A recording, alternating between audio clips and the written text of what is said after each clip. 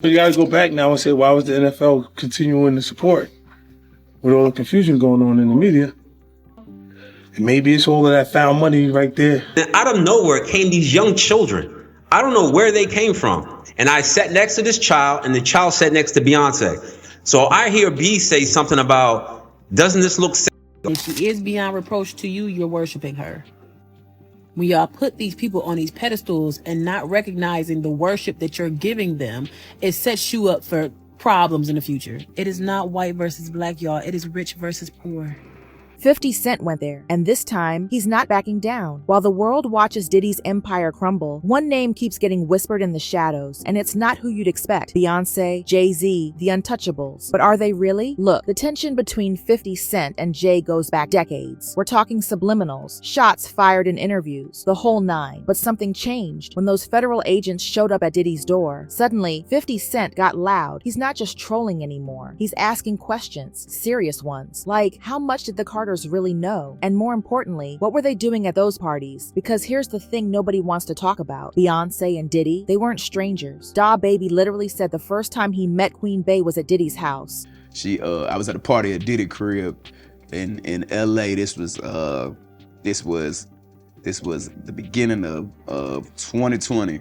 Not at an awards show, not at a studio session, at Diddy's house. And when Beyonce gave birth to the twins, Diddy referred to it as a moment for our inner circle. Our, like their family. So when 50 Cent starts hinting that the feds might have more on Jay than they ever had on Diddy, people aren't laughing anymore. They're listening. Now let's talk about Joseph Manzero. You might not know his name, but his lawsuit is making waves for a very specific reason. Manzero claims he attended a party, Christian Combs' birthday bash back in 2015 on Star Island. But according to him, what started as a celebration turned into something much darker. He says his drink was spiked. He says he was moved through a tunnel from one mansion to another. He says he woke up in a room, confused, disoriented, and that's when he allegedly saw them, Jay-Z and Beyonce. According to the lawsuit, Beyonce herself allegedly questioned why there was a half-naked man wearing a mask in the room. The response? That it was punishment, that Diddy wanted him to see what happens to snitches. Now pause. Let that sink in. The lawsuit includes graphic details, forced humiliation, degradation, all of it. But what's interesting is the response, or rather, the lack of one. Jay-Z's attorney, Alex Spiro, came out swinging. He denied Jay was even in Miami that night. Flat out, no hesitation. In a new interview with NBC, Jay-Z's lawyer Alex Spiro spoke about the relationship between the two moguls.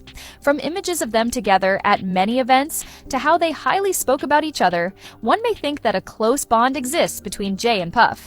However, according to Spiro, the two have never shared a real friendship or long-time bond. But here's what he didn't deny. Anything involving Beyonce. Not one word about her alleged presence. Not one statement clarifying her involvement. Just silence. And in a world where publicists move at the speed of light to protect their clients, that silence is deafening. Here's the thing about Jay-Z. He has a very specific playbook when it comes to controversy. Step 1, deny. Step 2, distance. Step 3, rewrite history. We saw it with the Larry Johnson, former NFL player, once close to the Carters. Larry claims he attended parties hosted by Jay and Beyonce back in the early 2000s. Says some of the guests didn't look like adults. Says Beyonce made a comment that stuck with him. Now, I did a Rockaware photo shoot in Colorado, and I think it was during the winter time of 06 or 07. And Naomi Campbell was there, actress Jamie King was there, Jay was there, B was there. And he rented this house, and we were supposed to do this rap party for this photo shoot. We rented this house, and we were watching LeBron play. And after the game, it had to have been like 10 or 11 o'clock. So we getting ready to party. Mind you, it's all adults. There was a 13-year-old or a 14-year-old teenage Latin girl that was there, and I think she had to leave because she had school and she had to do homework. But she brought her mother with her, so it was no funny business going on, which I could respect that. So when 11 o'clock hit, we turned on the music, we started drinking, and then out of nowhere came these young children. I don't know where they came from. For a rap party at 11 o'clock at night, drinking, loud music, and us dancing wild. Like, I don't know where these kids came from. And then I happened to sit down because I was dancing with one of the assistants. And I sat next to this child, and the child sat next to Beyonce. So I hear B say something about, doesn't this look sexy? Or isn't this sexy? And in my mind, and mind you, I'm not awakened as I'm awakened now. So in my mind, I'm like, what did she just say? And then I didn't pay no attention to it. And then, obviously the liquor took hold of me and I had to leave. So I said bye to everybody and left. But those kids remained. I don't know if those kids were from the photo shoot themselves, but the fact that these kids came around adults during drinking hours or partying hours was already alarming to And then, ghost mode. Jay allegedly cut Larry off completely. Some say it happened after Larry started sharing theories online, but the receipts don't lie. These two were tight. Some insiders even whispered their bond went beyond friendship. Now, Jay acts like he barely knows him. Sound familiar? Because he's doing the exact same thing with Diddy. This is extended family. You've been there with me through my ups and downs. Yes, sir. Whenever I get in trouble, this is the one I call. It's my strategist right here. This is my brother. It's B.I.G.'s brother. Yes, sir. It's Brooklyn's own Brooklyn. So I appreciate you. He came 5,000 miles away to come here to Brooklyn to represent for B.I.G. Make some noise for her.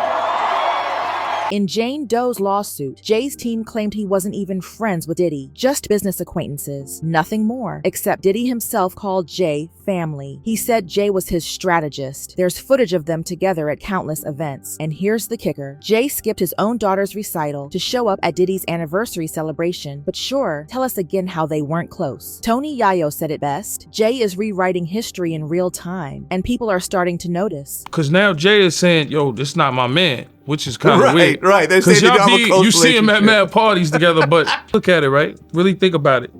Did he only go to them to what's that? He have his brunch he be having, right? The Rock Nation brunch. Did he go to that? You Yeah. see Diddy go to that? Yeah. And Jay, and then Diddy will have an all-white party and Jay go to that. Jay goes to that. So it's like the same parties they go to. Let's talk about that documentary for a second, because 50 Cent didn't just throw this together after the raids. This was planned. For years, maybe decades, 50 Cent's hated Diddy since the 2000s. He's dragged both Diddy and Jay publicly for just as long. But the timing of this documentary, Chef's Kiss, he dropped it 2 days before Jay's birthday. 2 days. That's not a coincidence. That's strategic warfare. And after Diddy's homes got raided, 50 Cent posted a milk carton meme asking if anyone had seen Jay-Z. Captioned it, "Last seen waving at Puffy's jet." The internet went wild because suddenly people started asking, where is Jay? Why's he been so quiet? Now 50 Cent's taking it even further. He's publicly claiming that Beyonce's name is popping up in alleged RICO connections. He's questioning how deep Roc Nation might be in all of this. RICO, that's not a casual accusation. That's organized crime territory. And whether it's true or not, the fact that it's even being discussed in the same sentence as Beyonce and Jay-Z shows how fast the narrative is shifting. Comments online are brutal. People are saying Jay is more sinister than Diddy, that he's been hiding in plain sight. While Diddy was the loud, flashy one, Jay was the one pulling strings behind the curtain. Is any of it proven? No. But the questions are multiplying faster than the Carters can control the narrative. So here's where we're at. Did Beyonce know what was happening at those parties? Was she just there? Or was she involved in some capacity? And why won't Jay's lawyer address the allegations about her specifically? Why did Jay cut off Larry Johnson so abruptly? What did Larry see or hear that made him expendable? Why is Jay pretending he and Diddy were never close when there's decades of evidence proving otherwise? And what exactly does 50 Cent know that he's not saying yet? Because here's the thing. 50 Cent doesn't bluff. He waits, he watches, and when he moves, he brings receipts. The Carters have spent decades building an image of perfection, untouchable, unquestionable, above the noise. But cracks are showing. And with every passing day, more people are asking the questions that used to get you labeled a conspiracy theorist. Maybe it's all smoke, maybe it's nothing. But if there's one thing we've learned from the Diddy situation, it's this. When the feds start digging, nobody's untouchable. And right now, they're watching. So are we.